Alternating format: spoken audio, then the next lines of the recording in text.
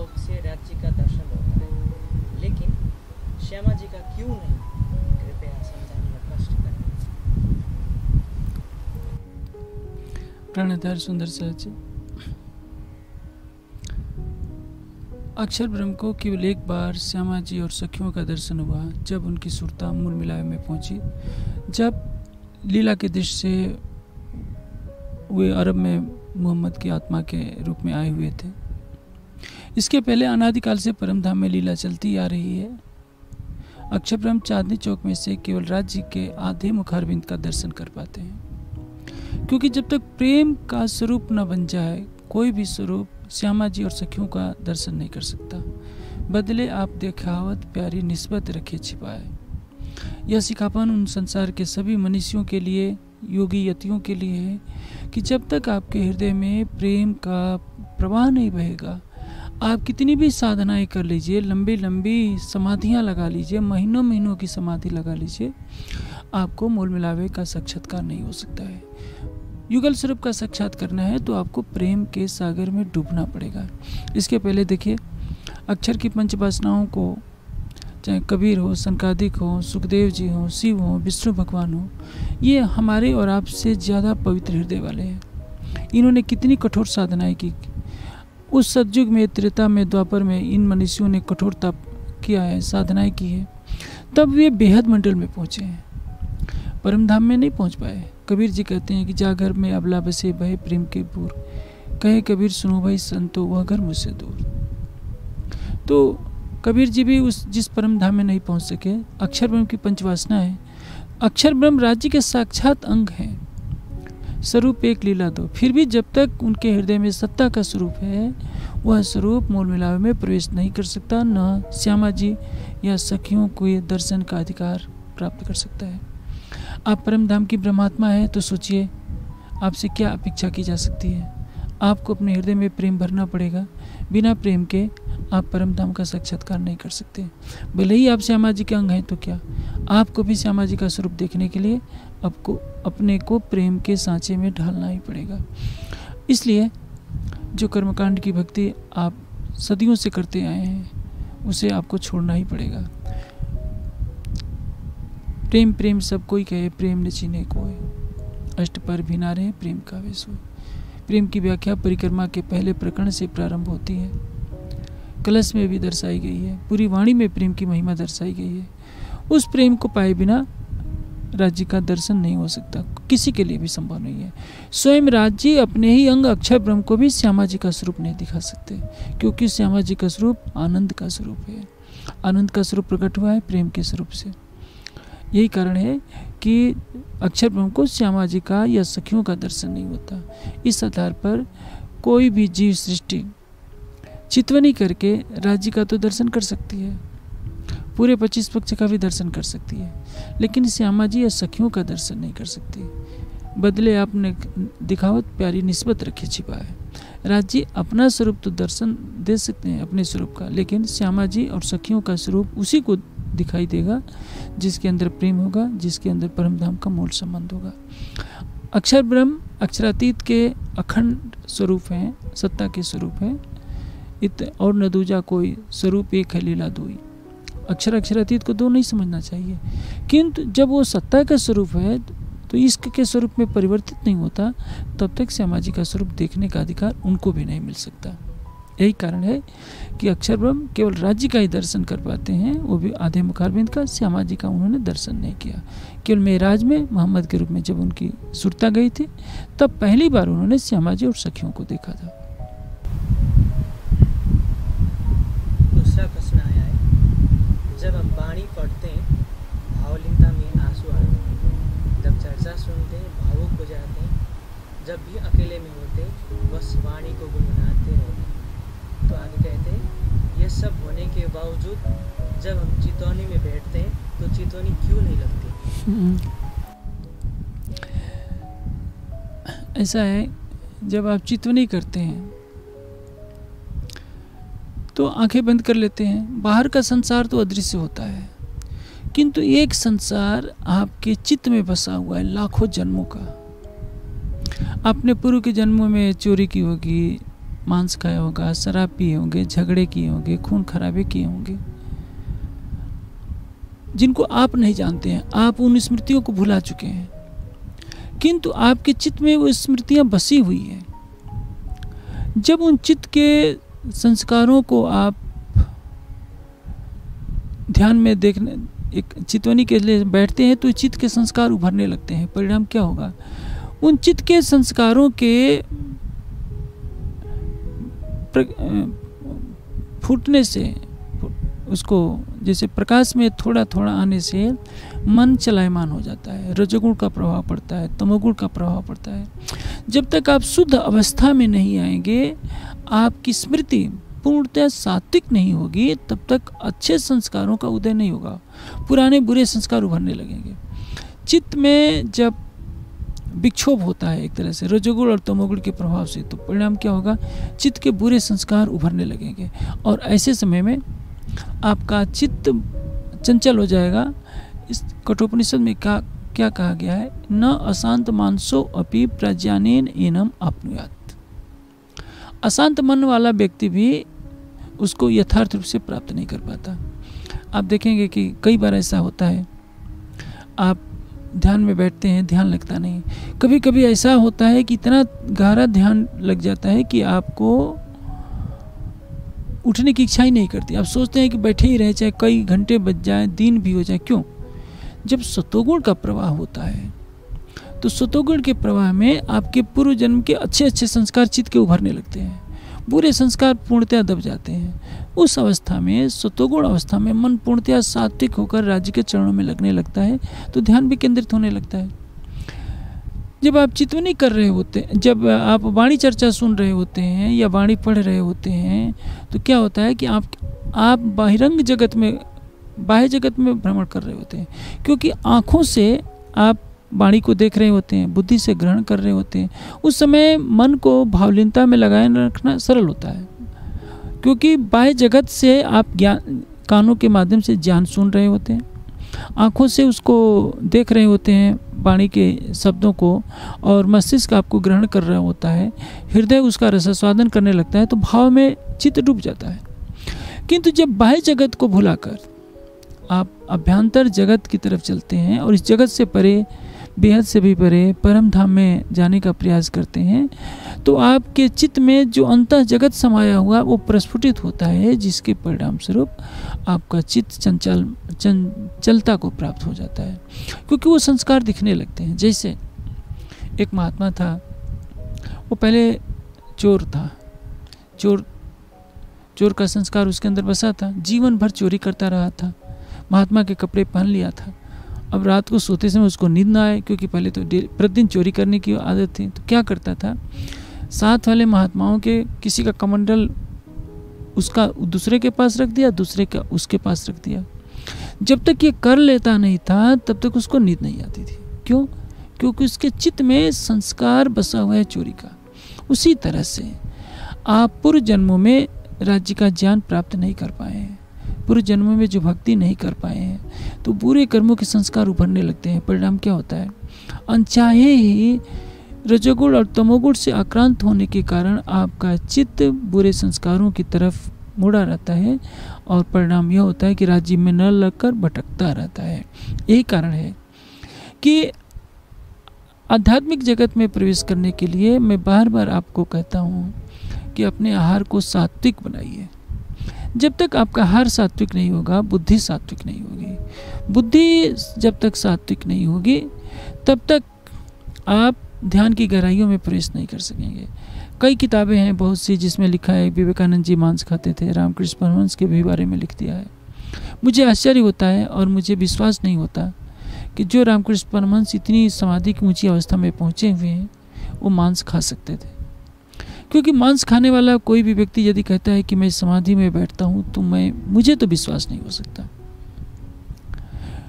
समाधि का तात्पर्य यह होता है कि लक्ष्य प्रत्यक्ष रूप से दृष्टिगोचर होने लगे। लक्ष्य को देखने के लिए, अर्थात राज्य को, परब्रह्म को, परमात्मा को देखने के लिए आपको ध्यान में डूबना पड़ेगा, और ध्यान से पहले धारणा की अवस्था होगी, और धारणा से पहले प्रत्याहार की अवस्था होती है। मांस खाने वाला जब तमोगुण के संस्कारों से जल रहा होता है तो तमोगुण के सारे चित्र जो उसने पूर्व जन्मों में चित्त में संस्कार जो भरे हैं वो सारे चित्रपट की तरह दिखाई देने लगते हैं। ऐसी अवस्था में कैसे कोई कह सकता है कि मैं निर्विज समाधि में पहुंच जाऊंगा और परमात्मा का साक्षात्कार कर लूँगा? ये कल्पना है। मुझे पूर्ण विश्वास है कि रामकृष्ण परमहंस ने जब से साधना प्रारंभ की होगी मांस का सेवन नहीं किया होगा। कई किताबों में लिखा है विवेकानंद जी के बारे में कि प्रतिदिन मांस खाने की आदत थी। मुझे उस पर विश्वास नहीं है। ये ज़रूर है कि आजकल तो ग्रंथों में मिलावट करना एक आम बात होती है। ये आरोप तो गौतम बुद्ध पर भी लिखा गया है कि गौतम बुद्ध की मृत्यु मांस खाने से हुई थी। सच्चाई यह है कि मांस नहीं खाया था, वो मशरूम है जो एक प्रकार का कंद होता है, उसको आजकल तरह तरह के मशरूम होते हैं, कई जहरीले भी होते हैं, और वो रखे वो साग किसान ने मिट्टी के बर्तन में रखा था जो कालांतर में विष सैला हो गया था। उसको भी पता नहीं था कि विष है, और उसका साग खाने से गौतम बुद्ध की मृत्यु हुई थी। उसका उल्टा अर्थ करके कह दिया कि वो उन्होंने सूअर का मांस खाया था, जबकि ये बिल्कुल झूठी बात है। इस तरह के आरोप तो महावीर स्वामी पर भी लग जाते हैं, जबकि सबको मालूम है कि एक चींटी को भी मारना कोई भी जैन महात्मा सहन नहीं कर सकता। महावीर स्वामी किसी भी स्थिति में मांस नहीं खा सकते। कई पुस्तकों में आजकल देखने को मिलता है कि बौद्ध भिक्षुओं को भिक्षा में जो मांस मिल जाता था वो खा लेते थे। मैं इन सारी बातों को झूठी मानता हूँ।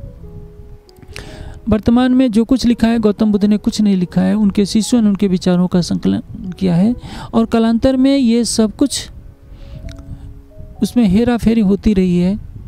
किसी भी बात में कहा जाए कि पूर्ण रूप से शुद्ध है तो वेद मंत्रों में जो शुद्धता है वो शुद्धता किसी भी ग्रंथ में नहीं है। उपनिषद हो, दर्शन हो, सब में मिलावट कर दी गई है। सब में प्रक्षिप्त करना लोगों का एक काम होता है। एक बार शैतान बहुत परेशान था, बाइबल की कहानी है। शैतान की पत्नी ने पूछा कि क्यों इतने परेशान है। शैतान ने कहा कि क्या करूं, ईसा मसीह का साम्राज्य बढ़ता जा रहा है, सत्य प्रकाशित होता जा रहा है, मेरा क्या होगा। शैतान की पत्नी मुस्कुराई और कही कि क्या चिंता करते हो, तुम भी उन्हीं के शिष्य बन जाओ।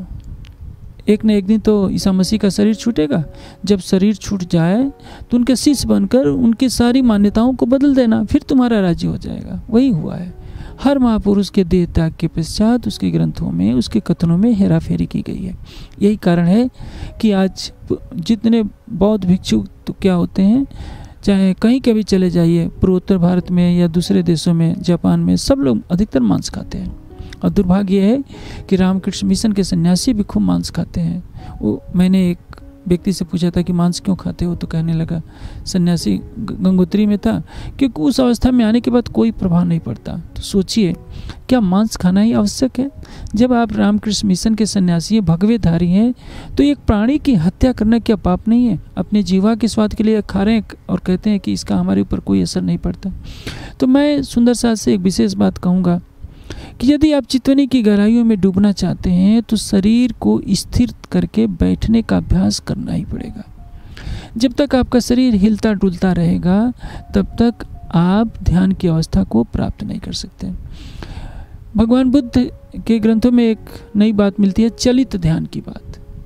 चलते हुए ध्यान नहीं हो सकता है, वो चलित प्रत्याहार है, चलित धारणा है। आप विपश्यना का कुछ अभ्यास चलते हुए कर सकते हैं, लेकिन वो ध्यान की अवस्था नहीं है।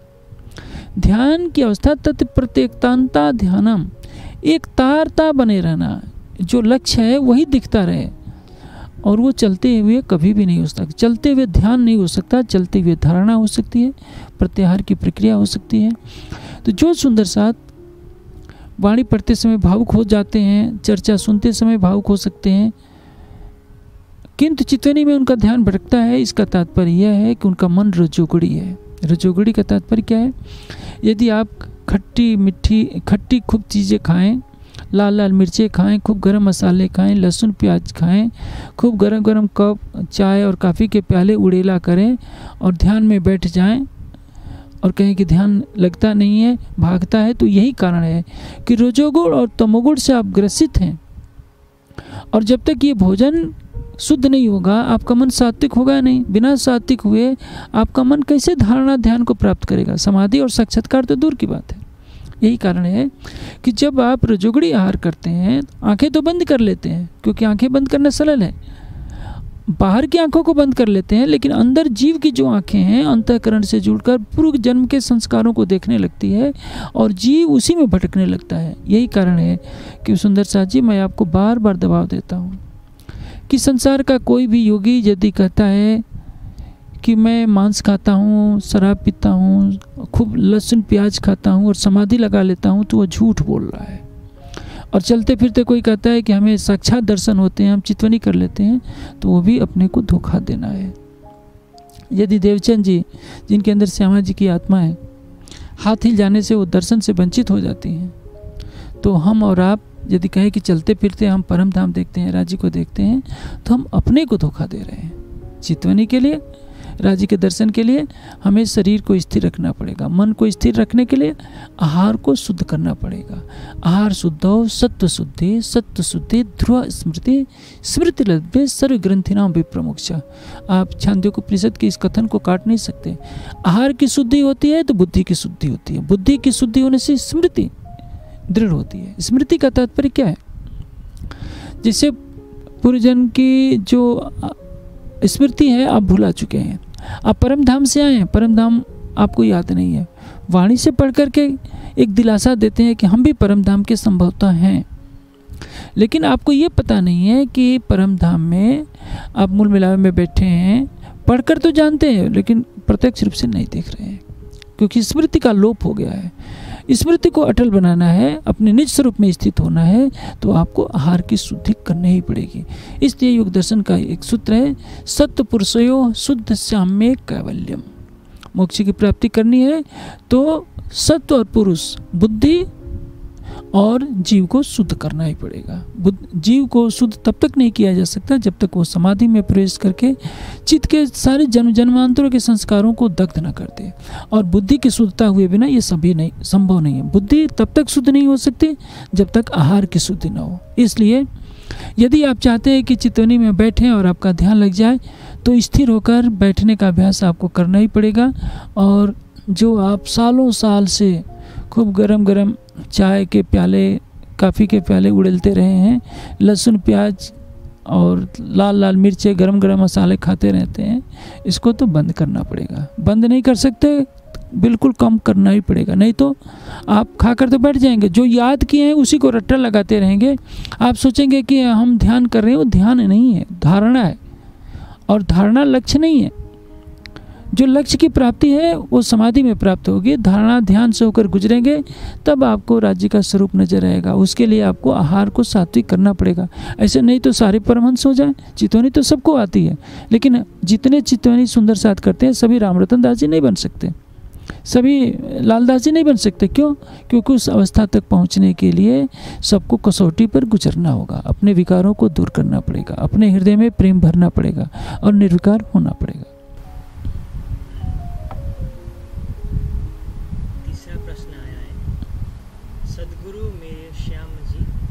और सद्गुरु ब्रह्मानंद में क्या अंतर है? मूल सद्गुरु कौन है? देखिए, प्राय आप ये अर्थ कर लेते हैं सद्गुरु मेरे श्याम जी, तो श्याम का अर्थ आप राज्य कर लेते हैं। और सद्गुरु ब्रह्मानंद है, आपने ये अर्थ लगाया होगा कि आनंद के स्वरूप श्यामा जी हैं, तो यहाँ श्यामा जी को सद्गुरु कहा गया। ऐसा नहीं है। ब्रह्मानंदम परम सुखदम, ब्रह्मानंद का अर्थ क्या होता है? आप सामान्य अर्थ करेंगे ब्रह्मानंद यानी परब्रह्म के आनंद स्वरूप श्यामा जी। किंतु क्या है, आप उपनिषदों की तरफ चलें तो आपको विदित होगा कि तैत्तिरीय उपनिषद में कहा गया है आनंदो ब्रह्म इति व्यजनात्। ब्रह्म क्या है? आनंद का स्वरूप है। हाँ, भारतीय दर्शन ये मान्यता है कि स्वलीला अद्वैत परब्रह्म लीला रूप से अनंत होते हुए भी मूलतः एक है। आप भी वाणी का गहन चिंतन करें तो आपको विदित होगा कि परम धाम में राज्य के लीला रूप अनंत स्वरूप दिखाई दे रहे हैं। सखियां हैं, श्यामा जी हैं, खूब खुशहालियां हैं।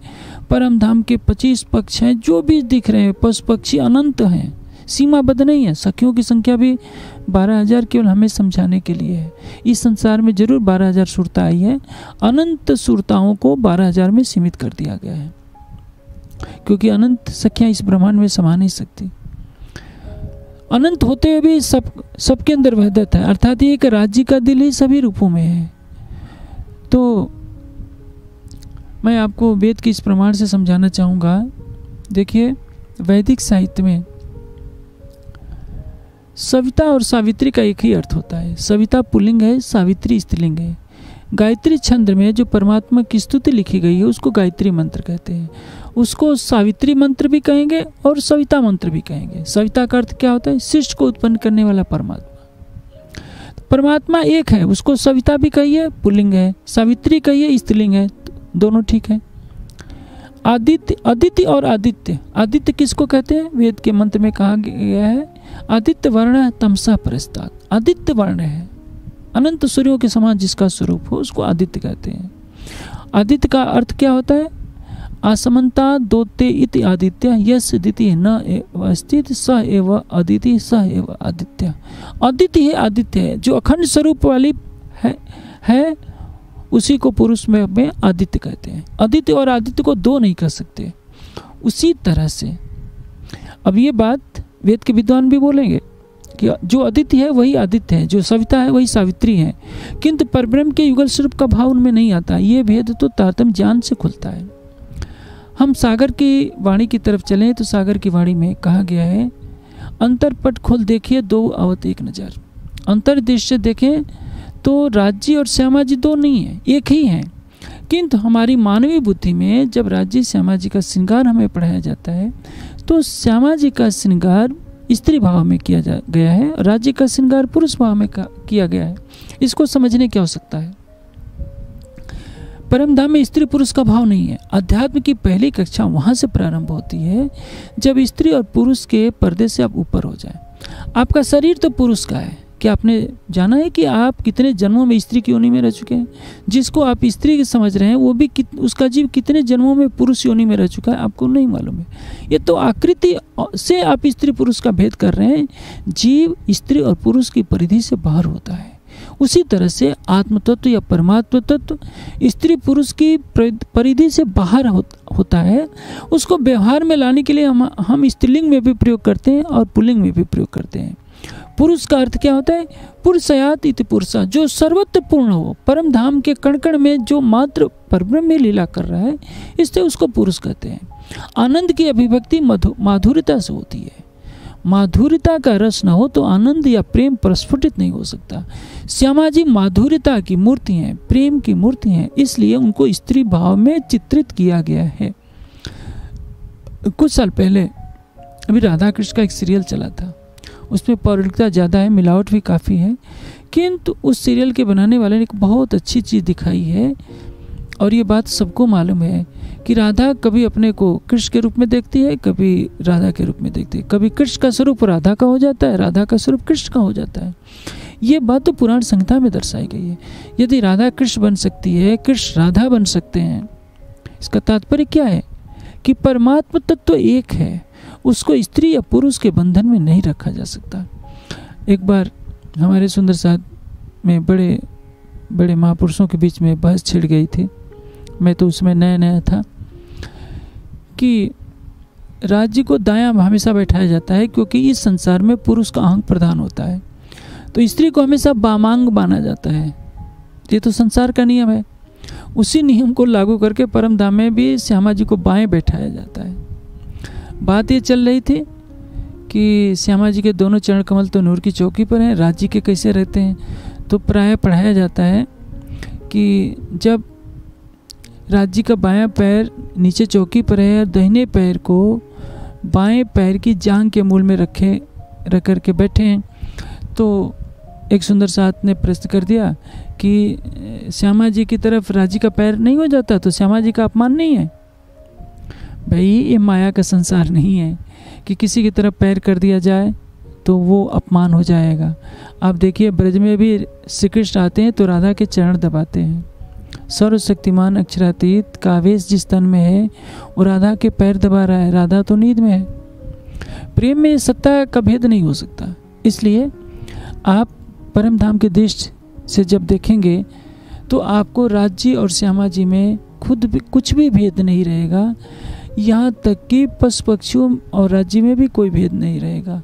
खिलौने जो हक के सो दूसरा क्यों कहलाए, ये दूसरा तो कहलाए जो कोई होए इब्तदाए। आप जब संध्या आरती गाते हैं तो क्या गाते हैं? जहाँ पूर्ण ब्रह्म बिना और नहीं कोई, सच्चिदानंद बिना और नहीं कोई, जहाँ राज्य के अतिरिक्त कोई दूसरा है ही नहीं, किसी स्त्री की सखियों की कल्पना कैसे कर सकते हैं? हाँ, लीला रूप में सब कुछ है, क्योंकि लीला रूप में माधुर्यता का होना आवश्यक है। आप इस संसार में भी देखिए, मैं आपको एक सांसारिक दृष्टांत से समझाता हूँ। पपीते का पेड़ आपने देखा है, कभी वो नर के रूप में दिखता है, कभी वो मादा पौधे के रूप में होता है। और नर रूप में होता है तो केवल फूल लगते हैं, मादा रूप में वही पौधा जो विकसित हो जाता है। एक ही पौधा कभी नर के रूप में दिखेगा, मादा के रूप में दिखकर उसमें कई फल लग जाते हैं। तो प्रश्न यह है कि जड़ें वही हैं, तना वही है, पत्तियां वही हैं, नर मादा में बदल गया। तो आप सोच सकते हैं इस सृष्टि में भी यही विविधता दिखाई गई। जहाँ प्रेम का प्रस्फुटन होगा वहाँ नर और नारी ये दो कल्पना की मान्यताएं हैं। इसलिए राज्य श्यामा जी को सांसारिक भावों में आप न समझिए, आपके लौकिक चिंतन को अध्यात्म में प्रेम के धागे में पिरोने के लिए, वहाँ की अद्वैत की बातों को आपके मस्तिष्क में समझ में आने के लिए ये शोभा श्रृंगार का वर्णन किया गया है। श्यामा जी को नारी के रूप में दर्शाया गया है, राज्य को पुरुष के रूप में दर्शाया गया है। इसलिए आपके अंदर भेद दृष्टि आ जाती है कि सतगुरु मेरे श्याम जी। आप राज्य को सतगुरु माने कि श्यामा जी को सतगुरु मारे? अंतर्दृष्टि खोल कर देखेंगे तो परम धाम में राज्य ही श्यामा जी हैं, श्यामा जी ही राज्य हैं। ये आप जरूर कह सकते हैं कि श्यामा जी के ऊपर जब फरामोशी है तो उनको सतगुरु कैसे कह सकते हैं? श्यामा जी की आत्मा जब देवचंद जी के तन में प्रवेश करती है और 40 वर्ष की अवस्था में उस तन में राज्य अपने आवेश स्वरूप से लीला रूप में जब विराजमान होते हैं तो उनको भी सतगुरु कहा जाता है। जब वो महामती जी के धाम हृदय में विराजमान होते हैं तो उनको भी सतगुरु कहा जाता है। इसके पहले देवचंद जी भी सामान्य सुंदर साध की तरह ही थे, मिहिराज भी सामान्य सुंदर साध की तरह ही थे। राज्य का आवेश स्वरूप उनमें विराजमान होता है, तब उनको राज्य का स्वरूप माना जाता है, उनको सतगुरु माना जाता है। इसलिए परम धाम की दृष्टि से, जब लीला की दृष्टि से जब आप देखेंगे तो जब श्यामा जी सहित सभी सखियों पर फरामोशी है तो मूल सतगुरु राज्य ही है। सतगुरु मेरे श्याम जी, मैं अनिश चरणे रहूं, इसका यही आशय समझना चाहिए। और जहाँ सतगुरु ब्रह्मानंद है, सूत्र अक्षर रूप बीतक में कहा गया ये पद्धति है, तो सतगुरु ब्रह्मानंद, ब्रह्मानंद का अर्थ ये भी होता है कि परब्रह्म के आनंद स्वरूप या आनंद स्वरूप वाले परब्रह्म कौन है? राज्य ही तो आनंद के स्वरूप है, प्रेम के स्वरूप है, उन्हीं के अंग स्वरूप श्यामा जी हैं। इसलिए जब हम माहेश्वर तंत्र पढ़ते हैं तो उसमें ये सतगुरु ब्रह्मानंद का भावात्मक अनुवाद है, या बीतक में जो श्लोक दिया गया है गुरु गीता का, ब्रह्मानंदम परम सुखदम केवलम ज्ञान मूर्ति, तो उसका भाव हमें यही लेना होगा तारतम्य ज्ञान के दृष्टि से कि यहाँ संकेत राज्य के लिए किया गया है। हाँ, श्यामा जी के लिए वहाँ उस भाव में किया गया है क्योंकि श्यामा जी तारतम्य ज्ञान लेकर आई, श्यामा जी के अंदर राज्य विराजमान हुए और देवचंद जी निजानंद जी प्रकट कर ये संप्रदाय है। संसार के लोगों को समझाने के लिए ये कहा गया है कि हम सतगुरु परब्रह्म के आनंद स्वरूप श्यामा जी को मानते हैं और जिनकी सुरता देवचंद जी के अंदर आई उनसे हमने एक ज्ञान ग्रहण किया है, ये भाव है। किंतु राज्य पूर्ण रूप से जागृत है। जो वाणी में कथन है कि सतगुरु मेरा श्याम जी, उसका आशय यही है कि राज्य ही सतगुरु है। और राज्य का स्वरूप जब तक श्यामा जी के अंदर या इंद्रावती जी के अंदर विराजमान नहीं हुआ, इन तनों को कभी भी सतगुरु कहलाने की शोभा नहीं मिल पाई थी। प्रश्न है, यदि अक्षर ब्रह्म राज्य के सत अंग है तो अक्षर ब्रह्म द्वारा बनाया हुआ यह खेल क्यों नश्वर है?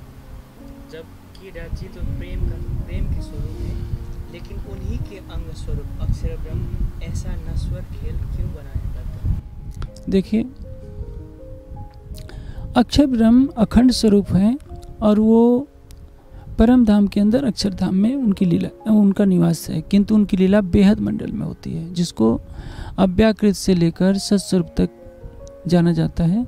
इसके अंदर अक्षर ब्रह्म की चतुष्पाद विभूति है। अक्षर ब्रह्म की निज लीला, मन की लीला अव्याकृत के रूप में, चित्त की लीला सबलिक के रूप में, बुद्धि की लीला केवल ब्रह्म के रूप में और उनके निज अहंग की लीला सत्स्वरूप में प्रतिपादित होती है। ये जो कालमाया का ब्रह्मांड है, अक्षर ब्रह्म के मन के संकल्पिक स्वरूप से बना हुआ है। इसको स्वप्निक लीला कहते हैं। स्वप्निक लीला का तात्पर्य यह होता है यह लीला अखंड नहीं है।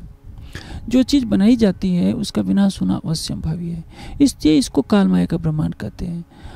अक्षर ब्रह्म के मन का स्वरूप जब कालमाया के ब्रह्मांड में आता है, मोह के सागर में, इत अक्षर को विलस्यो मन 5 14 भवन, यहाँ में महाविष्णु मन मंथे त्रिगुण ताथे थिरचर सब उत्पन्न। जो मोह सागर है जो उत्पन्न होता है अक्षर ब्रह्म के संकल्प से, वही मोह जो माया का स्वरूप है, जिसको प्रकृति का स्वरूप कहते हैं, उस प्रकृति में अक्षर ब्रह्म का मन जब प्रवेश करता है तो स्वयं को नारायण के रूप में देखने लगता है।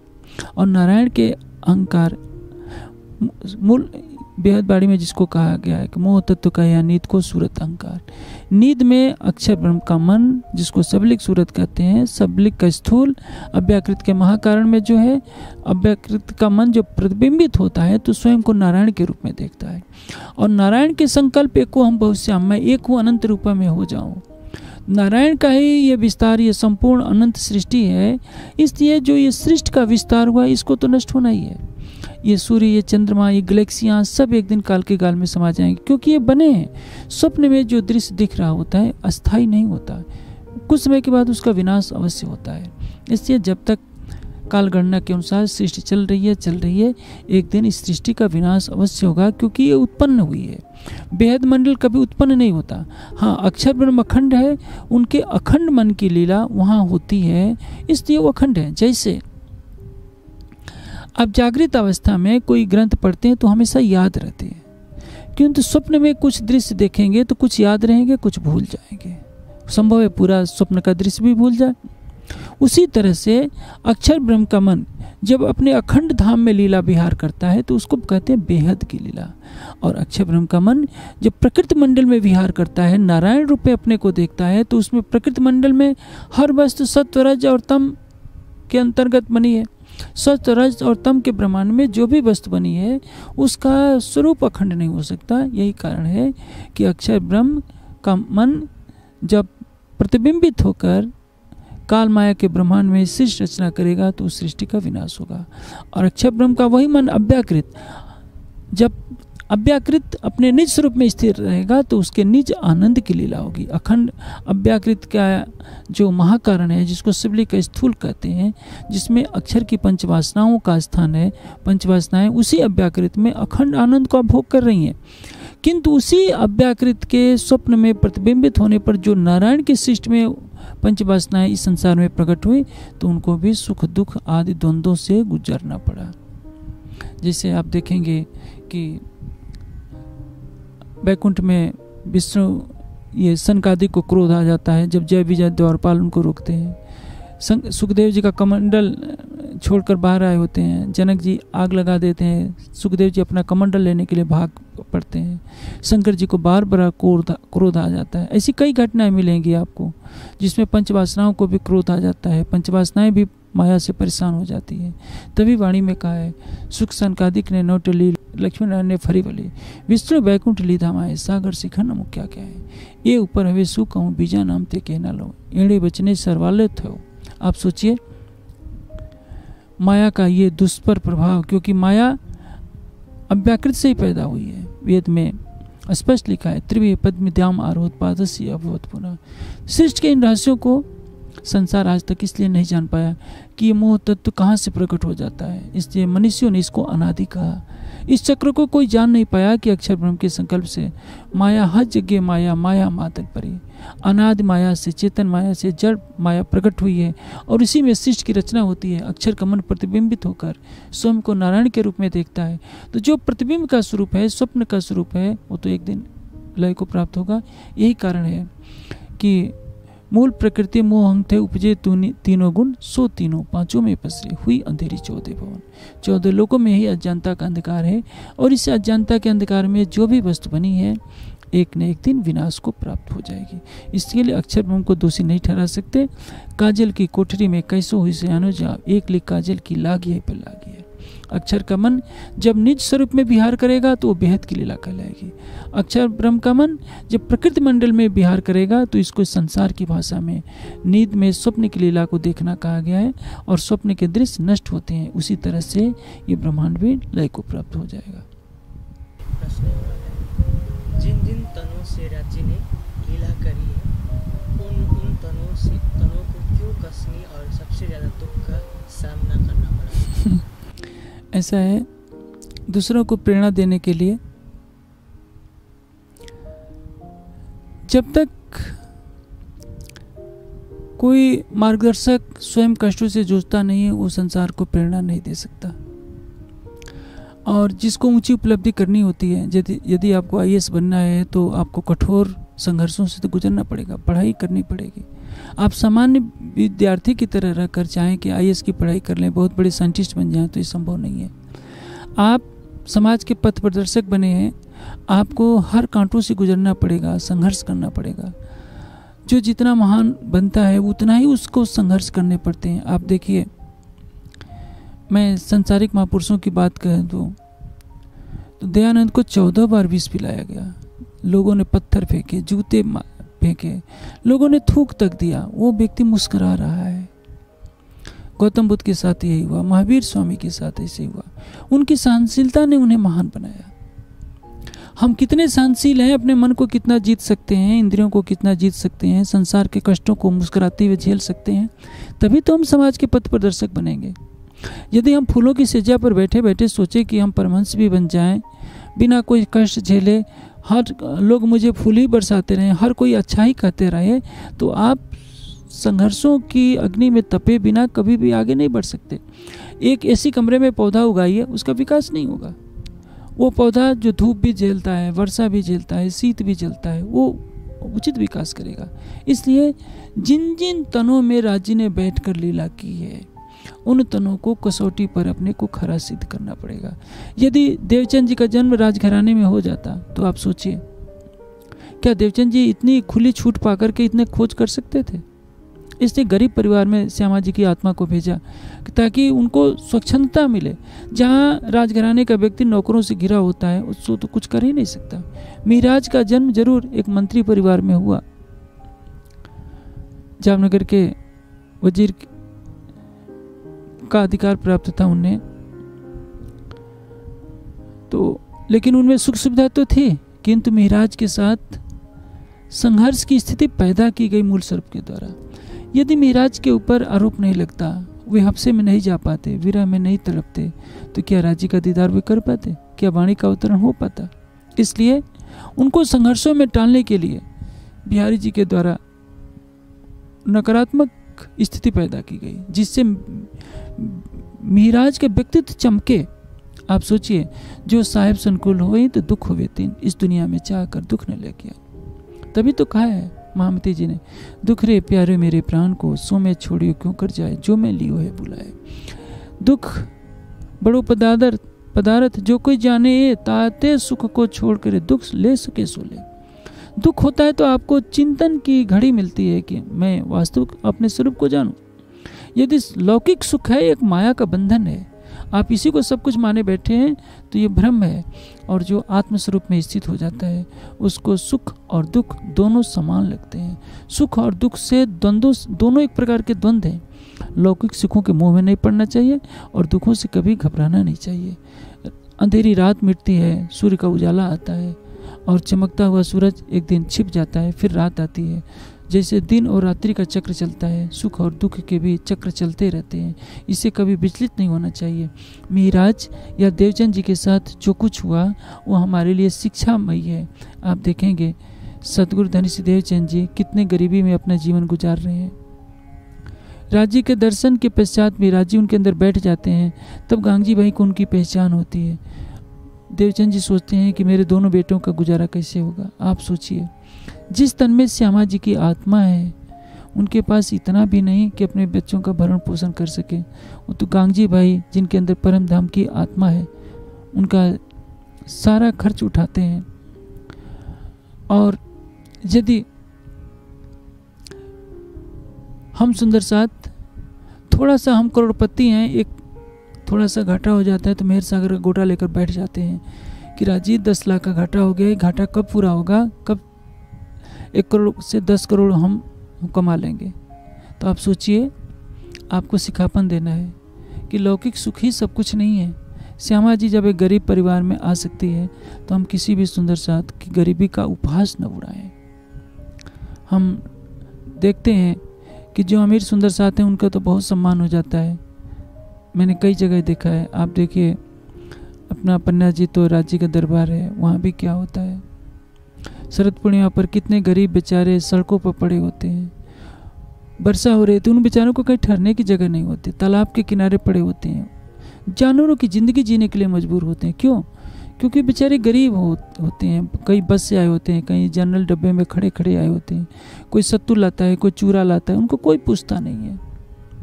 वो अपना चूरा खा लिए, सत्तू पानी में घोल करके खा पी लेते हैं। वो भी सुंदर साथ हैं, दर्शन कर लिए बस तृप्त हो जाते हैं, क्योंकि उनके पास पैसे नहीं है, उनको बढ़िया कमरे नहीं मिल सकते। तो हम किसी गरीब सुंदर साथ को घृणा की दृष्टि से न देखें। श्यामा जी ने इसलिए देवचंद जी के तन में प्रवेश किया अमूल स्वरूप के आदेश से कि हम समझें कि देवचंद जी के माता पिता कितने गरीब थे। घोड़े और बैल के व्यापार से जो लाभ होता था उसी से घर का गुजारा चलता था। तो जब तक तारतम्य ज्ञान प्राप्त नहीं हुआ था, श्री देवचंद जी अपने इष्ट बांके बिहारी को भोग लगाने के लिए कुछ अच्छा अलग बना लेते थे, क्योंकि संभव नहीं था कि पूरे परिवार के लिए अच्छा भोजन बने। तो परिवार तो पूरा रूखा सूखा खा लेता था। देवचंद जी भी रूखा सूखा खाकर ही गुजारा करते थे, लेकिन अपने इष्ट को भोग लगाने के लिए कुछ अच्छा चावल घी खांड वगैरह अलग से रखते थे, थोड़ा सा भोग लगाने के लिए। आप सोचिए कि किस गरीबी के स्थिति में देवचंद जी ने गुजारा किया होगा। हम सुंदर साथ को सिखापन देने के लिए राज्य ने अपने आनंद स्वरूप को ये गरीबी दिखाई है। हम सुंदर साथ आपस में अपने धन का अहंकार न रखें, बल्कि गरीब सुंदर साथ से भी वैसा ही प्रेम रखें जितना कि अमीर सुंदर साथ से प्रेम रखते हैं। और देखिए, परमहंस महाराज श्री रामरतन दास जी को, उनकी जीवनी पढ़िए, बितक पढ़िए, प्रेम का चाँद पढ़िए, आपकी आंखों से आंसू आ जाएंगे। परमहंस महाराज जी के आशीर्वाद से लोग करोड़पति बन गए सुंदर साथ, लेकिन उनका खुद का जीवन कैसा था? जब वो बचपन में थे, उन्हें अपनी माँ के दाह संस्कार के लिए भी पैसे नहीं थे। कई कई दिन भूखों रहना पड़ता था। ये कष्ट हर परमहंस ने सहा है। और दुखों की अग्नि में तपकर ही तो कोई कुंदन बनता है। संसार में जितना आप संघर्ष करेंगे उतना ही महान बनेंगे। इसलिए कष्टों से घबराइए नहीं, मुस्कुराते हुए हर कष्ट को झेलिए। आप सोचिए कि आपके साथ हर पल राज्य रहते हैं। कष्ट कितना भी कष्ट मिले, सीता 14 वर्ष वनों में रही, मुस्कुराती रही, क्योंकि उसका प्रीतम उनके साथ है। सीता को कष्ट तब हुआ जब राम से वियोग हुआ, अन्यथा वन के कष्टों में सीता को यही लगता है कि मैं तो अपने वैकुंठ में ही हूँ। वैसे ही समझिए, आपके धाम हृदय में युगल स्वरूप बसते हैं तो हमेशा भाव रखिए कि आप साक्षात परम धाम में रहे हैं। आप विचलित न होइए और धन के लिए ये कटोरे लेकर भीख मत मांगा कीजिए राज्य से। मेहर सागर पढ़ लिया, नारियल चढ़ा दिया, राज्य 1 करोड़ की लॉटरी निकाल दो। अरे माया क्यों मांग रहे हो? मांगो तो राज्य से राज्य का प्रेम मांगो, परम धाम का दीदार मांगो, युगल स्वरूप का दीदार मांगो। ये छोटी छोटी माया की चीज़ें लेकर के क्या करेंगे आप? यही सिखाने के लिए हर परमहंस को राज्य ने कसौटी पर कसा है। ऐसा कोई भी परमहंस नहीं जो ये कह दे कि मैंने माया का दुख नहीं देखा।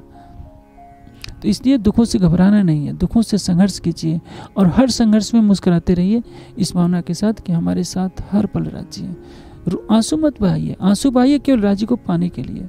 विरह के आंसू बहाइए, प्रेम के आंसू बहाइए, किंतु दुखों से घबरा कर आंसू मत बहाइए। दुखों से लड़ना सीखिए और ये सोचिए कि माया कुछ है ही नहीं, ये मेरा है, हमारा क्या बिगाड़ सकेगी। यही सिखापन देने के लिए राज्य ने प्रत्येक ब्रह्मात्मा को संघर्ष दिखाया है। यदि ब्रह्मात्मा अमीर परिवार में भी जन्म लेती है तो उसको माया के दुखों को देखना ही पड़ेगा, क्योंकि बिना देखे उसके अंदर सच्चा वैराग्य नहीं होगा, कि संसार की वास्तविक नश्वरता का बोध नहीं होगा। क्योंकि माया का झूठा सुख यमराज की एक फांस है जो इसमें फंसाए रहता है और राज्य के प्रति प्रेम पैदा नहीं होने देता। एक और प्रश्न है, जब हम चितौनी में शुरुआत में अनुभव से राज्य के साथ लीला में रहते हैं, तो इस स्थिति को कैसी स्थिति मान सकते हैं? देखिए प्रश्न अटपटा सा है। एक बात मैं कह दूं कि जिसको आप चितवनी कहते हैं वो चितवनी नहीं है। आपने मूल मिलावा की शोभा याद कर ली, राजी श्यामा जी की शोभा याद कर ली और आंखें बंद कर लिए हैं, तो आप चितवनी की तरफ चल रहे हैं। आपकी चितवनी लगी है नहीं है। चितवनी लगने का मतलब कि प्रत्यक्ष दर्शन हो जाना, और जब दर्शन होगा तो आपकी बुद्धि उस समय काम नहीं करेगी, क्या है क्या नहीं वो तो दिखेगा। आप तो अभी प्रैक्टिस कर रहे हैं चितवनी लगाने की। आप अभी मार्ग पर चल रहे हैं, मंजिल तक नहीं पहुंचे हैं। मंजिल पर पहुंचने का तात्पर्य है कि प्रत्यक्ष आपके सामने युगल स्वरूप दिखने लगे। चितवनी युगल किशोर की देत कदम नूर जमाल। ध्यान करना की प्रक्रिया अलग है। आप चितवनी कर रहे हैं, ध्यान कर रहे हैं। चितवनी का तात्पर्य यह है अंतर्दृष्टि खोलकर राज्य को प्रत्यक्ष देखना। आप केवल बैठ गए हैं तो आप अपने भावों में खोए हैं कि राज्य के चरण कमल ऐसे लालिमा से भरपूर हैं, मुखारबिंद ऐसा है।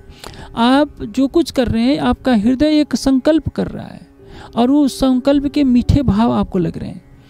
संभव है आपका मन संसार से परे हो चुका है, आप राज्य के चरण कमलों का रस ले रहे हैं।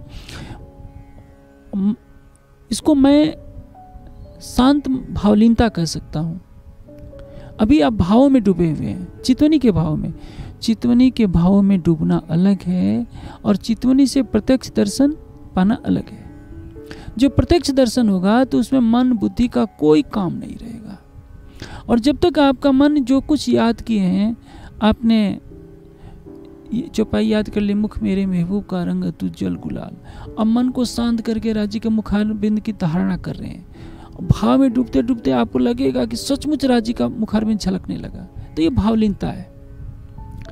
और जब आपको जैसे बेहोशी सी हो जाए, बेहोशी नहीं होगी, मैं एक दृष्टांत दे रहा हूँ, मन की तरफ से बेहोशी, मन आपका कुछ सोचना विचारना बंद कर दे, कोई चौपाई याद ना आ जाए, बस प्रत्यक्ष दिख रहा है। जैसे खुली आंखों से दिखता है वैसे बंद आंखों से सब कुछ दिखने लगे, वो वास्तविक चितवनी है। तो आप जो 25 पक्षों में आपने अष्टपहर की लीला को आत्मसात किया है कि हौज कौशल में जाते हैं तो ऐसे नहाते हैं, पुखराज की घाटियों में ऐसे भ्रमण करते हैं, पश्चिम की चौगान में ऐसे भ्रमण करते हैं, यमुना जी में ऐसे स्नान करते हैं, रंगमहल की चांदनी पर में रंगमहल की नवभूमि 10वीं आकाशी से हम ऐसा आनंद लेते हैं। तो आप भावों में खोए रहते हैं। इसको मैं भावलीनता कहता हूँ, चितवनी यथार्थ नहीं है। इसको चितवनी की भावलीनता कहते हैं। इसी को आप अपने दृष्टि में अनुभव कह सकते हैं। लेकिन मेरी दृष्टि में चितवनी का आशय यह है कि मन बुद्धि का कोई प्रयोग न हो, बिना सोचे बिना कल्पना किए सारा श्रृंगार दिखने लगे, और जैसे आप बाहरी कानों से सुनते हैं वैसे राज्य की आवाज़ सुनाई दे। जैसे बाह्य नेत्रों से आप संसार को देखते हैं वैसे आत्मा के नेत्रों से प्रत्यक्ष युगल स्वरूप को देखें, परम धाम को देखें। तो ये यथार्थ चितवनी है। और इसके पहले जो कुछ आप अनुभव की संज्ञा दे रहे हैं वो चितवनी की भावलीनता है। भावों में डूबकर ऐसा दृश्य प्रस्तुत होता है कि सचमुच दर्शन हो रहा है, किंतु वो यथार्थ दर्शन नहीं होता, वो भावों का दर्शन होता है। क्या अल्लाह और राज्य एक ही है? देखिए, कट्टरपंथी मुसलमानों ने ये प्रतिबंध लगा रखा है कि अल्लाह का कोई दूसरे धर्म वाला गैर मुस्लिम अनुवाद न करे। उन नादान लोगों को कौन बताए कि परमात्मा के नाम पर बंधन लगाने का कोई अधिकार नहीं है। अरबी भाषा में जिसको अल्लाह ताला कहते हैं उसी को हम हिंदी या संस्कृत में राज्य कहते हैं, कोई अंतर नहीं है। किंतु ये कट्टरपंथी लोगों ने एक घेरा बना दिया इस्लाम के नाम पर, बंदूकें उठा ली हैं कि सारी दुनिया को हम इस्लाम की शरीयत सिखाएंगे, नमाज के नाम पर दंड बैठक सिखाएंगे। इनको खुद हकीकत मारिफत का पता नहीं होता। इस्लाम के मूल जो उद्देश्य हैं उसे ये भटक करके सारे संसार को हिंसा में रंगना चाहते हैं, और इसको कहते हैं कि तुम अल्लाह कहो। यदि कोई परब्रह्म कहता है तो उनको चिढ़ है। ऐसा थोड़ा है कि अल्लाह परमात्मा केवल अल्लाह शब्द से ही बंधा हुआ है, वो किसी भाषा के बंधन में नहीं है। कोई उसको अल्लाह कहे या राज्य कहे, सच्चिदानंद परब्रह्म कहे, कोई भी अंतर नहीं है। परम धाम में अक्षर ब्रह्म को राज्य के दर्शन एक ही बार मिलने की इजाजत क्यों है? लीला रूप में ऐसा हमें दर्शाया गया है। आप सोचिए, काल माया के ब्रह्मांड में जैसा दर्शन होता है परम धाम में वैसा नहीं होता है। काल माया में हम जाते हैं तो मंदिर में मत्था टेकते हैं, चरण छूते हैं, ये याद रखिए। परिक्रमा में जब आप शाम को, वर्णन भी है परिक्रमा ग्रंथ में और उसका अंश सेवा पूजा में दिया गया है, सखियाँ आए के चरणों लागी, तो परम धाम में चरणों में प्रणाम नहीं किया जाता है, वहाँ दीदार ही प्रणाम है। चरणों में प्रणाम काल माया के ब्रह्मांड में होता है। पुराण संहिता में इसका बहुत अच्छा वर्णन किया गया है कि ब्रह्मा, विष्णु, शिव, ईश्वर और सदाशिव पांचों देवता जब ब्रजलीला में जाते हैं तो उनको अचानक ब्रजलीला का दृश्य दिखाई पड़ता है, तो ये यहाँ की इनकी आदत पड़ी है, साष्टांग लेट जाते हैं कृष्ण को देखते हैं। जब लेटते हैं तो लीला अदृश्य हो जाती है, क्योंकि वो प्रेम की भूमिका है। प्रेम की भूमिका में यहाँ की तरह मत्थे नहीं टेके जाते। तो यदि काल माया के ब्रह्मांड की परंपरा योग माया में नहीं चल सकती तो परम धाम में भी नहीं चल सकती है। आप सोचिए, जो ये वर्णन किया गया है कि आय आय के चरणों लागे, राज उतारे बस्तर पहनी पिछावरी पर, तो काल माया के ब्रह्मांड में आज से 300 वर्ष पहले कर्मकांड लोग जब भोजन करते थे तो कपड़े उतार देते थे ताकि जूठन न गिर जाए। उसी परंपरा को परम धाम में भी थोपना उचित नहीं है। ये यहाँ के विधान के अनुसार वर्णन कर दिया गया है लीला रूप में। दर्शन के साथ भी यही भावना समझनी चाहिए। हाँ, लीला रूप में दर्शन अवश्य होता है, लेकिन कोई प्रतिबंध नहीं है। जो राज्य का दिल है वही अक्षर ब्रह्म का भी दिल है। राज्य, श्यामा जी, सखियाँ, अक्षर ब्रह्म और महालक्ष्मी, पांचों अद्वैत एक ठोर, ये अष्टपर के मंगलाचरण में बीतक के अंदर वर्णित है कि राज्य, श्यामा जी, सखियाँ, अक्षर ब्रह्म, महालक्ष्मी को, पांचों को किसी से अलग नहीं समझना चाहिए। अक्षर ब्रह्म अक्षरातीत कहा वही, सो भी कही अतीत, शब्द शब्दातीत क्यों पावही, ये जो दुनिया हद। अक्षरातीत को केवल लीला रूप में दो समझना चाहिए, स्वरूप से दोनों एक है। स्वरूप एक है, लीला दो, और न दूजा कोई। आप इसको वाणी में अच्छी तरह से आत्मसात कर चुके हैं। अंतर केवल इतना ही है कि एक ही अक्षरातीत जब सत्ता के रूप में लीला करता है तो अक्षर कहलाता है, वही अक्षरातीत जब प्रेम के रूप में लीला करता है तो जो है उसको हम अक्षरातीत कहने लगते हैं, राज्य कहने लगते हैं। दोनों में कोई भी अंतर नहीं है। एक अक्षर ब्रह्म सत्य की वाहिदत में है, राज्य, श्यामा जी, सखियाँ और महालक्ष्मी आनंद की वाहिदत में है, लेकिन वाहिदत के सभी स्वरूप हैं। इसलिए एक प्रश्न वेद में भी कहा गया है कि 5 में परब्रह्म है, परब्रह्म में 5 है, अर्थात 5 स्वरूपों में परब्रह्म की लीला होती है। वेदांत में इसको सच्चित, आनंद, अनंत और अद्वैत के रूप में दर्शाया गया है। इसलिए हम ये कहें कि एक ही बार दर्शन होता है तो ठीक है। एक बार का जो दर्शन होता है तो काल माया के ब्रह्मांड में जब हम किसी को एक बार देखते हैं तो कुछ घंटों के बाद फिर इच्छा होती है कि एक बार और देख लेते हैं, क्योंकि अतृप्ति बनी रहती है। परम धाम में जब राज्य और अक्षर ब्रह्म का एक ही दिल है तो एक ही बार के दीदार से पूर्ण आनंद की प्राप्ति हो जाती है। और जब तक मूल स्वरूप का संकल्प अक्षर के अंदर प्रकट नहीं होता, दोबारा दर्शन की इच्छा ही प्रकट नहीं होती, क्योंकि अतृप्ति नाम की चीज़ काल माया के ब्रह्मांड में होती है। परम धाम हर तरह से पूर्ण है। परम धाम में अपूर्णता किसी की नहीं होती है। लीला रूप में केवल एक बार दर्शाया गया है कि दर्शन करने जाते हैं, अन्यथा वहाँ हर पल दर्शन है, हर पल प्रेम है, हर पल आनंद है। वियोग नाम की कोई चीज़ नहीं होती है। वियोग शब्द अतृप्ति या असंतुष्टि का भाव केवल काल माया के ब्रह्मांड में हो सकता है, परम धाम में नहीं। एक अंतिम प्रश्न है, अगर मोहम्मद साहब में अक्षर ब्रह्म की आत्मा है तो महराज की रात्रि में श्री राज्य ने यह क्यों कहा कि ये सब तेरी उम्मत है? अक्षर ब्रह्म की आत्मा मूल मिलाव में कैसे पहुंची? जब मोहम्मद की रूह यानी अक्षर की आत्मा को मेराज हुआ तो जिब्रील फरिश्ते के द्वारा उनकी सुरता को काल माया युग माया से तक ले जाया गया, काल माया से लेकर युग माया तक। उसके पश्चात राज्य ने असराफिल फरिश्ते के द्वारा उनकी सुरता को चांदनी चौक तक, ये यहाँ यमुना जी तक ले जाया गया और उसके पश्चात इश्क का स्वरूप देकर मूल मिलाप में विराज अपने सामने प्रस्तुत किया।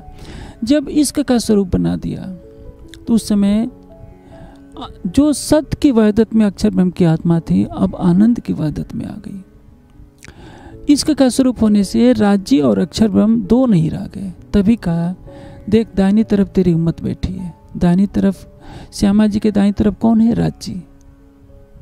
ये श्यामा जी के दाईं तरफ राज्य है, लेकिन जब कोई दर्शन करने जाएगा तो दाईं हाथ श्यामा जी होंगे, बाईं हाथ राज्य होंगे। कहा कि देख दाहिनी तरफ तेरी उम्मत है। उम्मत का अर्थ क्या होता है? अर्धांगिनी।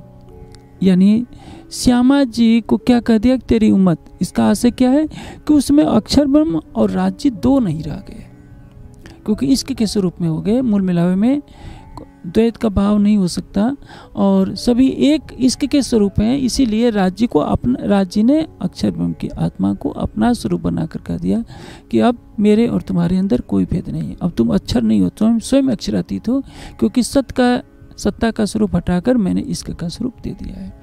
हम सुंदर साध्वी जिस दिन शरीर से परे हो जाएंगे, मन बुद्धि से परे हो जाएंगे, अपनी जीव भाव को छोड़कर आत्मिक भाव से परात्म के भाव में डूब जाएंगे, राज्य के प्रेम में डूब जाएंगे, तब पता चलेगा कि असली में हम हैं कौन। इसके पहले तो हम गिड़गिड़ाते रहते हैं। कोई गादीपति महाराज को देखकर सोचते हैं कि कितना सौभाग्य है, ये तो सबको मुक्ति देने वाले होंगे।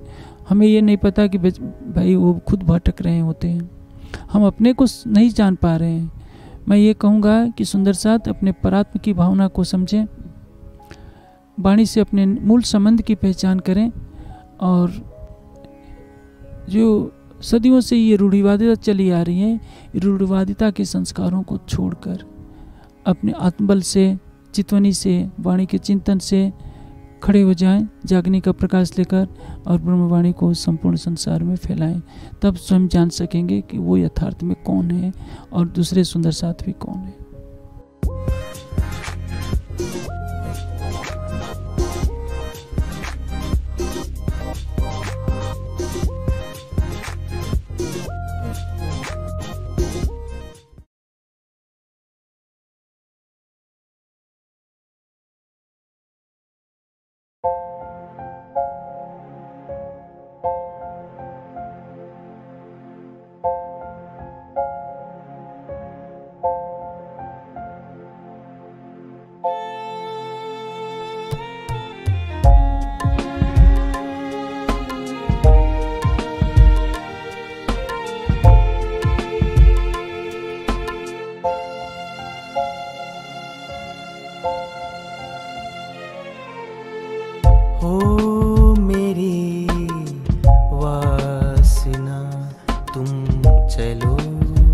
अगम के पार।